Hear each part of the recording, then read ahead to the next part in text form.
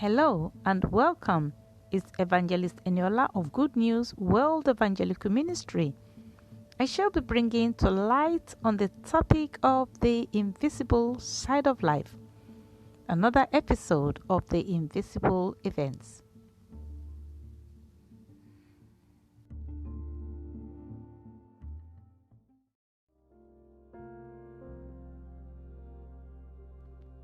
Has it ever occurred to you that life extends beyond this natural world in which we live? Many events are taking place behind the curtains of this present world, and it will never take beyond our natural self to discover these things. Some people already are active participants in the invisible events that lay beyond this present world, whilst some are not even aware of the events that lay ahead of them in the very near future and in the times to come.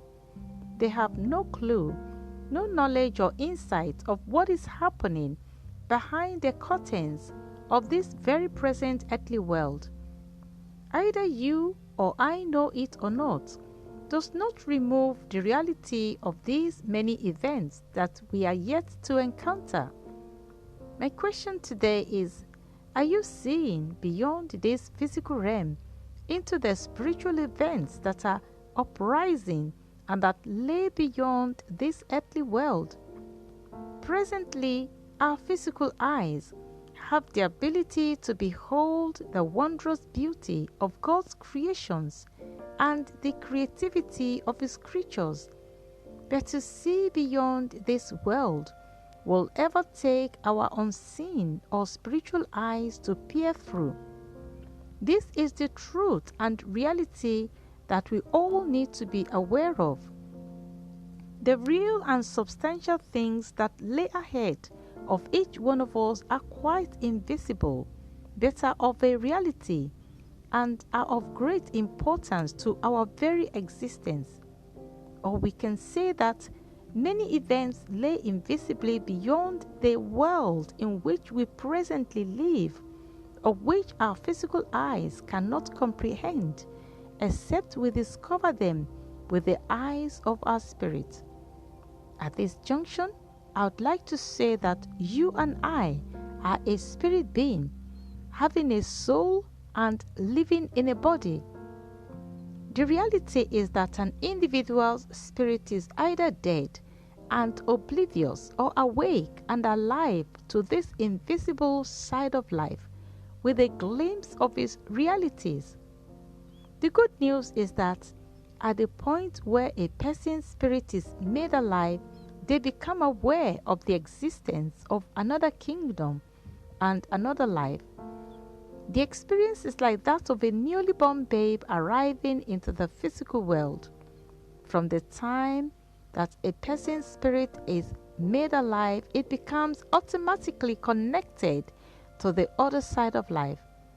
They become vividly aware of the existence of another kingdom lined up with so many exciting events. God's kingdom is filled with so many treasures and riches untold, made available to as many who are able to find their way into His kingdom. However, just like a miner would have to dig beyond the surface of the earth in order to retrieve substance of gold, they also would have to dig beyond the surface of this present earthly world into the world of God in order to discover so many things that He has put in place for them and the entire human race. The creation of life is quite vast and mysterious and too large for our hearts to comprehend. On the other hand, the existence of spiritual life is not only vast and mysterious to us, but can never be understood with the natural mind. It sounds foolish to every natural man.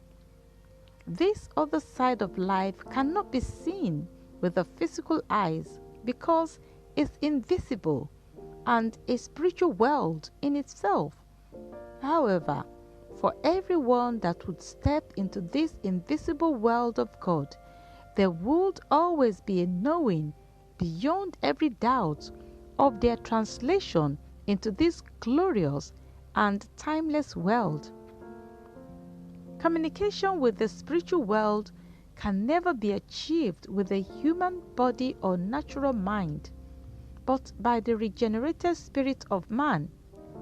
However, we all as individuals have the opportunity of not only coming to the knowledge of the spiritual side of life, but actually having an experience of the spiritual life in itself.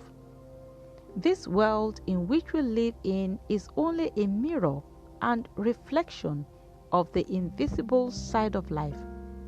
My dearly beloved, we all need to come to the understanding that the existence of life is more real and tangible on the spiritual side of life than on this natural side of life. Our natural life is a shadow of our spiritual life. With reference to John 3:6-8, Jesus Christ explained the position of things to us when he said, "Humans can reproduce only human life, but the Holy Spirit gives birth to spiritual life. So, don't be surprised when I say, you must be born again." The wind blows wherever it wants, just as you can hear the wind but can't tell where it comes from or where it is going. So, you can't explain how people are born of the Spirit.